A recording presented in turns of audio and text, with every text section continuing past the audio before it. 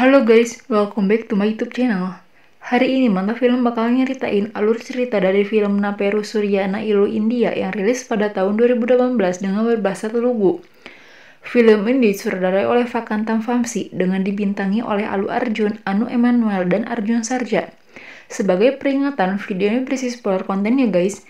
Dan bagi kalian yang gak keberatan sama konten spoiler, yuk listen to me and here is the video.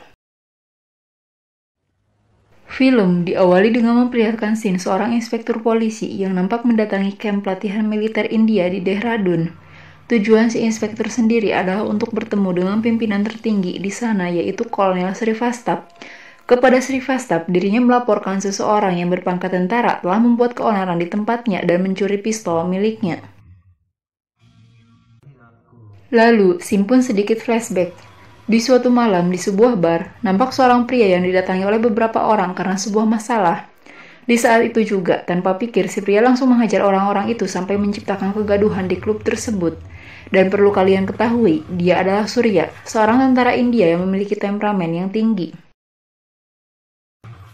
Selanjutnya, karena kegaduhan yang ia buat, dirinya menjadi ditangkap oleh polisi.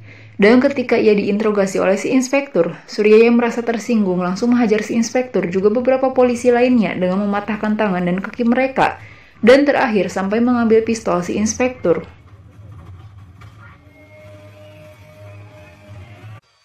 Kembali ke masa sekarang. Atas pelaporan tersebut, Srivastava pun memanggil Surya.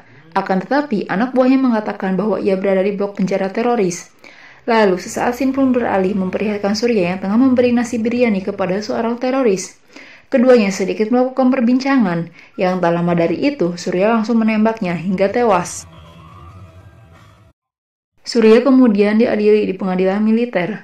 Dan karena sikap temperamennya itu, Srivastava pun memutuskan untuk mengeluarkan Surya dari kemiliteran. Surya sendiri yang mendengarnya lantas memohon kesempatan kedua, karena diakui bahwa yang ia inginkan bukanlah dikeluarkan, melainkan ia ingin dikirim ke perbatasan karena itu merupakan mimpinya. Akan tetapi bagi Srivastava, keberadaan Surya di perbatasan hanya akan menyulut api perang. Oleh karena itu, ia tetap mengeluarkan Surya. Selain diadili dengan dikeluarkan, Surya juga dihukum dengan menjalani beberapa hukuman yang menyiksanya, sampai kemudian ayah baptis Surya datang untuk menjemputnya. Dan ketika itu, karena bujukan dari Surya, ayah baptisnya pun berusaha berbicara dengan Srivastava untuk meminta pengecualian terhadap Surya. Dan setelah mengutarakan beberapa pertimbangan, pada akhirnya Srivastava pun bersedia memberi Surya kesempatan terakhir dengan sebuah syarat yang terlebih dahulu harus Surya penuhi. Ayah baptis Surya sendiri tak yakin Surya akan mampu melakukannya, karena ternyata Srivastava meminta agar Surya terlebih dahulu harus mendapatkan tanda tangan seorang ahli psikologi nomor 1 di India, di mana ia adalah Tuan Ramakrishna, ayah kandung Surya sendiri yang telah lama Surya tinggalkan karena ketika kecil Surya marah terhadap aturan ayahnya sendiri. Merasa bahwa mimpinya itu lebih besar daripada egonya, hasil Surya pun pergi ke kota Vizag memaksakan diri untuk menemui Ramakrishna. Dan ketika itu, ia disambut oleh Kishore, seseorang yang setahun ini sudah menanti tanda tangan Ramakrishna. Dan yang perlu kalian ketahui, sosok Ramakrishna sendiri merupakan orang yang sangat teliti dan berdisiplin tinggi. Oleh karena itu, ia dijuluki ahli psikologi nomor 1 di India. Kemudian, ketika Ramakrishna bertemu dengan Surya, sikapnya pun nampak begitu dingin dan menganggap seolah mereka tidak saling kenal.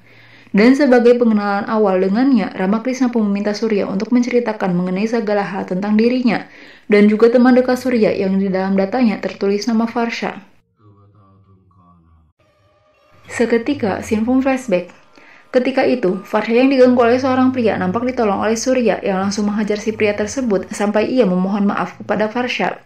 Dan atas tindakan heroik Surya menjadikan Varsha tertarik kepadanya. Dan untuk beberapa saat menghabiskan waktu, mereka pun berpacaran. Singkat cerita, di suatu hari, Varsha tak sengaja melihat Surya bertemu dengan dua orang tentara. Dan Varsha yang mengenal Surya sebagai seorang musisi, jelas merasa kaget ketika Surya berterus terang bahwa ia adalah tentara. Varsha pun tidak menerimanya dan ingin meninggalkannya. Akan tetapi, Surya yang mendengarnya malah menjadi marah dan berbuat kasar kepada Varsha, hingga karena hal itu, ia pun menjadi benar-benar ditinggalkan. Kembali lagi ke masa sekarang. Setelah menceritakannya kepada Ramakrishna, sesaat Surya merasa marah karena Ramakrishna malah bertanya hal lain dan menganggap ia tidak peduli kepada Surya atas tujuannya mendatangi Ramakrishna. Surya pun secara spontan mengatakan bahwa sekalipun Ramakrishna orang terbaik, tapi bagi diri Surya, ia adalah seorang pengecut yang malu mengakui orang temperamen seperti Surya sebagai anaknya. Merasa ia yang ditinggalkan dan kini ia yang disalahkan, Ramakrishna kemudian mengumpulkan semua siswanya. Dan di hadapan mereka, Ramakrishna pun mengakui bahwa Surya adalah putranya. Di hadapan mereka juga, Ramakrishna menantang Surya agar ia dapat menahan emosinya selama 21 hari. Dan jika hal itu berhasil, maka ia akan mau memberi tanda tangannya, dan bahkan mampu mengirim Surya untuk ke perbatasan. Selanjutnya, scene beralih memperlihatkan Surya yang tengah terjebak macet karena sebuah keributan. Surya yang temperamen lantas membunyikan klakson mobilnya hingga seorang pria datang memperingatinya agar ia tidak mengganggu Putra Chala dengan klakson tersebut. Surya sendiri yang tak terima dengan hal itu langsung menghajar beberapa orang di sana sampai di hadapan Putra Chala.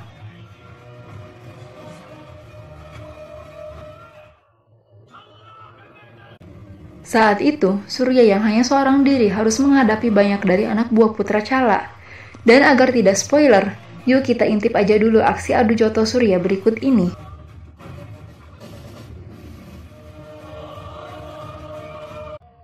Setelah dapat menghabisi semua anak buah Putra Chala, Surya juga tak lupa menghajar Putra Chala habis-habisan, sampai-sampai si Putra Chala itu lari terbirit-birit ketakutan, dan diberi sedikit peringatan agar ia tidak semena-mena. Kemudian, kita beralih ke tempat Chala. Patut kalian ketahui guys, Chala adalah ketua gangster yang paling ditakuti di kota Vizag. Dan atas perbuatan Surya terhadap Putra Chala, kini Surya pun harus berhadapan dengan Chala. Di keesokan harinya, Surya yang telah memulai tantangan Ramakrishna mulai merubah gaya hidupnya, dan ia mulai menjalani beberapa kegiatan bersama dengan warga asrama, sampai satu hari dapat dijalani dengan mulus oleh Surya. Di hari berikutnya, Surya dan Kishore melihat kekacauan yang dibuat oleh anak buah Chala di jalanan. Dan untuk pertama kalinya, Surya menghindari kekacauan tersebut. Lalu ketika ia sampai ke asrama, karena sang ibu meminta tolong untuk dapat dibelikan obat, alhasil Surya pun kembali ke jalanan yang sudah nampak begitu kacau. Lalu ketika Surya telah mendapatkan obat tersebut, anak buah Chala malah memergokinya dan menghancurkan obat tersebut. Namun begitu, ia tetap menahan emosi. Dan beruntung, Surya ternyata telah menyimpan satu obat di sakunya. Beralih ke lain hari, ketika di jalan, secara tak sengaja Surya bertemu dengan Chala. Dan karena mobil Chala mogok, Surya diminta untuk mengantarkannya mengunjungi beberapa orang untuk dipaksa agar menandatangani surat penyerahan tanah milik mereka kepada Chala. Sampai Chala pun sampai di tempat orang terakhir yaitu Mustafa. Namun di sana, Mustafa dengan tegas menolak perintah tersebut seakan ia tidak mengetahui siapa itu Chala. Oke guys, singkat cerita saja. Di suatu hari, media memberitakan mengenai meninggalnya Mustafa karena bunuh diri dan diklaim sebagai pengkhianat negara, di mana hal itu begitu membuat keluarganya bersedih, terutama putranya Anwar yang karena kekecewaannya, ia lebih memilih untuk meninggalkan rumah. Kemudian, di hari ke-21, Surya dipanggil oleh polisi untuk ditanyai mengenai kematian Mustafa yang menurut ayah Mustafa, ia bukan bunuh diri, melainkan dibunuh. Di saat kejadian, Surya terekam CCTV berada di tempat yang sama dengan Mustafa. Namun menurut Surya, dirinya mengaku bahwa tidak ada hal yang mencurigakan saat itu. Si polisi ternyata mengetahui bahwa Surya adalah seorang tentara, karena 2 tahun yang lalu ketika ia melakukan pelatihan di kepolisian, Surya lah yang menginspirasinya, di mana memori tersebut seketika membuat Surya seolah tersadar. Dalam ingatan Surya, ternyata di hari kematian Mustafa, Surya menyaksikan bahwa Mustafa meninggal karena ditembak oleh anak buah Chala.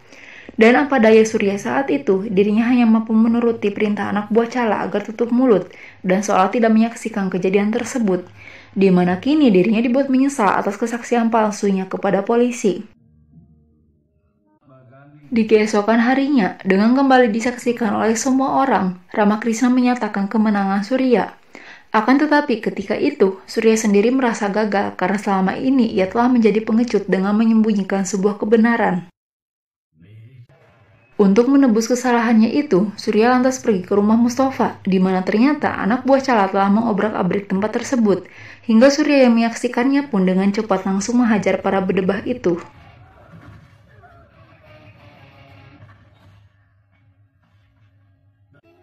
Kini Surya tidak lagi menahan dirinya dan ia membenarkan pembunuhan yang terjadi kepada Mustafa. Lalu secara membabi buta, Surya terus menghajar anak buah Chala sampai mereka lari ketakutan.